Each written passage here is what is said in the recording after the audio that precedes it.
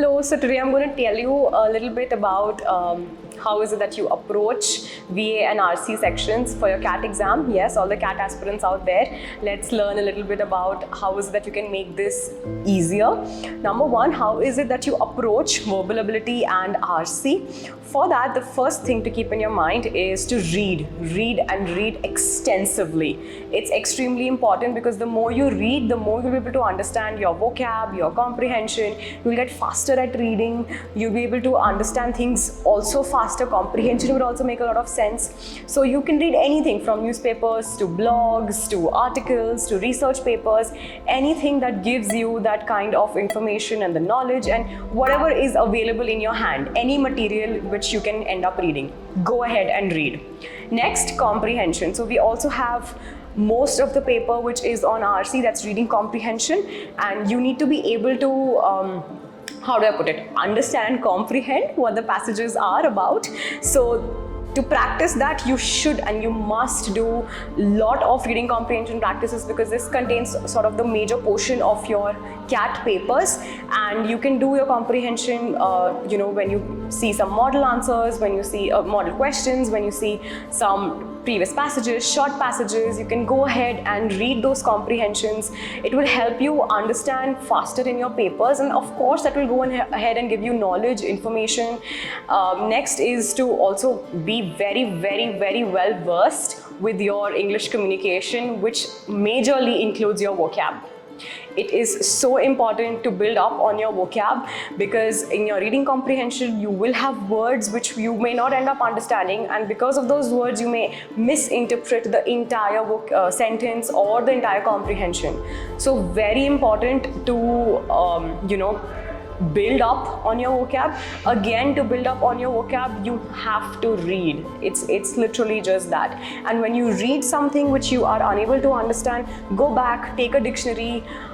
Honestly speaking, invest in a dictionary. Okay, go ahead and do that. If that is not possible, if you're not someone who is more of a book person, download a dictionary on your mobile phone. It is so easily available. There are offline dictionaries available. There are apps for that.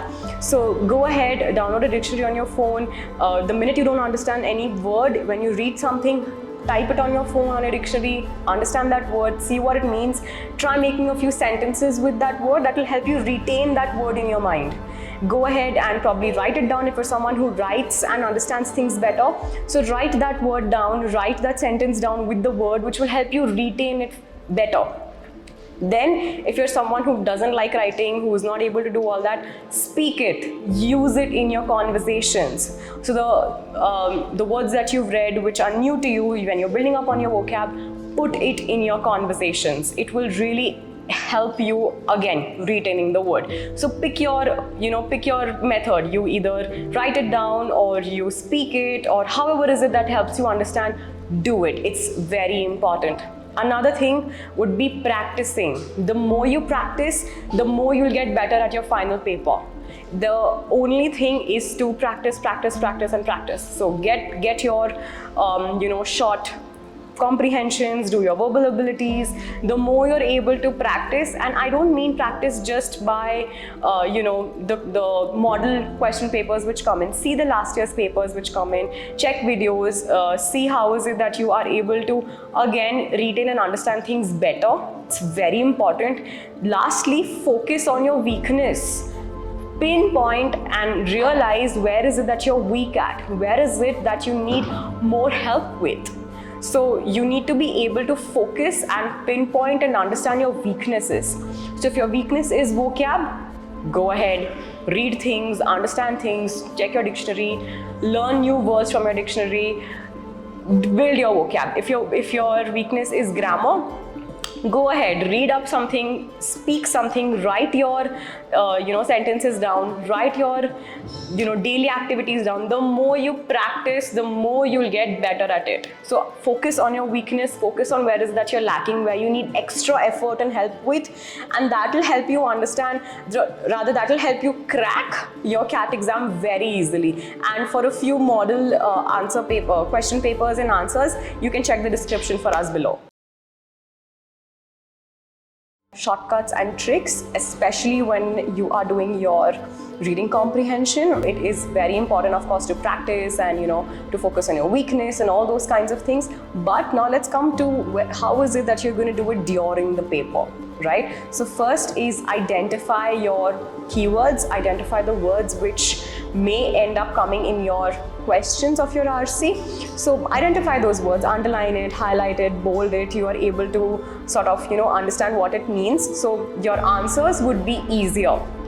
Next, your wrong answers. Now when you go back to your questions of your RC, eliminate, do the elimination method. I think we all know how the elimination works. The ones which you are sure shot cannot be the answers, eliminate it. The ones which you think can be a possibility, go back to your RC, read it. Now, another important thing to keep in your mind, when you are reading your RC, don't just skim through it. Make sure that you read it well and understand it well. It is extremely important. You should be able to get the whole gist of what the entire passage is talking about. Next is your difficult questions. Now, when you are, doing your RCs, there are times when we're not able to answer a particular question that becomes difficult for us. It's a tricky question. You don't know probably the answer to that. It's fine. It's absolutely okay. Nervousness gets to the best of us. Sometimes it's just that. Okay. So just leave that question behind, move on, go to the next question, complete the rest of the paper. You can always come back to that question. Don't waste time and be hung up on that question, because that is just going to waste your time. It is just going to, give you less time for the further questions. Don't do that. Leave what you're not able to understand, what is difficult for you. Don't be stuck up or hung about the same thing. Leave it, move on, or you can always come back. Sometimes it's just nervousness, you just have a mind block. It's okay, it's absolutely fine. Don't worry about it. Number one being your verbal ability section. That is mostly and majorly about grammar, vocab and sentence construction. So that should be easy for you to score, because that is something which you would know with so much of practice and so much of doing the same thing over and over again. So focus on verbal ability. It is easier to score. There's grammar and there's tenses and everything about grammar. There'll be vocab, there'll be sentence construction. That gives you marks to score easily. Next is fact-based reading comprehension. Yes, so you will have different kinds of reading comprehension in your CAT papers. The ones which are fact-based would be also easier to understand, would be also easier to score. Reason being, they are fact-based. Yes, you will not have to, there won't be any subjective element to it. It will mostly be straightforward questions. It will be something which is very easy to understand. You just have to pick it up from the passage and put it in your answers. That will be quite it. You won't have to have any kind of subjective element added to it. So fact-based RCs are usually easier to score. Next, the short RCs. You will also have short RCs in your papers. That also becomes easier to score because there's less content, naturally, right? You will not have so many questions. You will not have so much of reading to be done. So they're obviously easier to understand, and that will help you score better in your CAT paper. So make sure to look out for fact-based RCs, short RCs and verbal ability. I think that is something which I cannot stress about enough, because that will give you major of your marks. First, I would really, really strongly suggest and recommend that you finish off with your verbal ability questions. Please start with that first. It's easier to solve, it's quicker to solve, you'll be able to get it done with really fast. So make sure that you start with your VA first, your verbal ability questions first, and that's how you can save time also. Next, when you go to your RCs, once you're done with your verbal ability and you go to your RCs, I would really suggest that you first just have a quick skim over the entire passage. That will help you understand what the entire passage is about. So just have like a quick glance at the entire passage within like a few seconds, and then just quickly see the questions, what they are. You will know exactly where those questions are, in which paragraph and which line. So that will help you do your reading comprehensions better. So that is ideally the most easiest way to get your RCs done, is the first just skim over, and then you go to your questions, you have like, you know, a glance at your questions, you go back to your RCs, read the RCs over again thoroughly, you will know where the answers fit. So that will help you understand as to which question answer is in which paragraph or in which line. It's always easier to understand that. Again, like I said, I think I want to repeat this again, wherein don't be stuck up if you cannot understand a certain question or if you don't have the answer to a certain question. Do not be stuck up on it. Leave it and go ahead. It is so important. We tend to be, you know, be stuck up on that question and keep thinking about it again and again. Oh my God, no, I have to answer this, and I cannot leave it blank, and this and that. But you don't realize that you're wasting time. So for effective time management, leave the questions which you are unable to understand, which are difficult. Move to the next. You can always come back if there's time. I have covered most of what I was wanting to tell you in the previous videos, but there is still something that I think you should know. Yes, a few additional tips.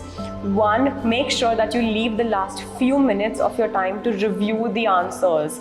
It is very important. Do not submit the paper without reviewing your answers. At least have a glance through, see if you've sort of missed some question out. You know, you must have skimmed through it, you must have gone over past it, and you would not have realized that you've missed that question. It helps. Make sure you leave a few minutes to review your paper before submitting.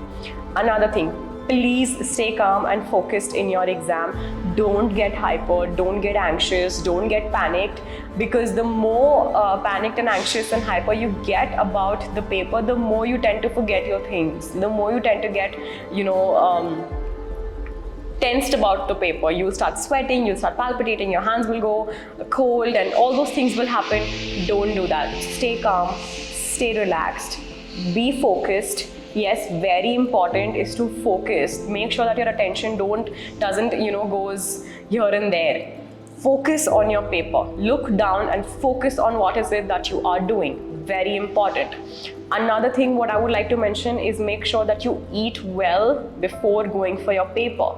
Make sure you eat a healthy meal. Yes, but I also understand that there is, for a lot of us who are unable to eat just before the paper or just before an important event, it's a personal suggestion which I'm giving you. Yes, pop anything sweet into your mouth. If you can't eat properly, you can't have a meal, you can't have your breakfast or your lunch, pop anything sweet into your mouth. It could be your biscuit, it could be your chocolate, your, you know, cake, a pastry, anything which has sugar content in it. Just put it in your mouth and you'll be fine. It will help you, give you that energy which you need during the paper. It will help you remain focused, and your stomach will not, you know, growl for food. That may end up happening. So make sure that you just have anything sweet. Anything is fine. Even if you take a few sugar granules also, that's okay. A lot of us, especially in India, we have the Indian tradition of having dahi shakkar. That's also fine. You can go ahead and have curd and sugar. That's also absolutely okay. Like I said, anything sweet gives you the energy, gives your body the energy to be okay, and you will not be exhausted and tired in your paper. Another thing which I would really want to mention is sleep. You will not understand how sleep affects your body until and unless you see the repercussions of it. So make sure that you have good 6 to 7 hours of sleep before your paper. It will help you stay awake, it will help you focus better, because sleep has a direct connection to focus and attention and concentration. Please sleep well before your paper.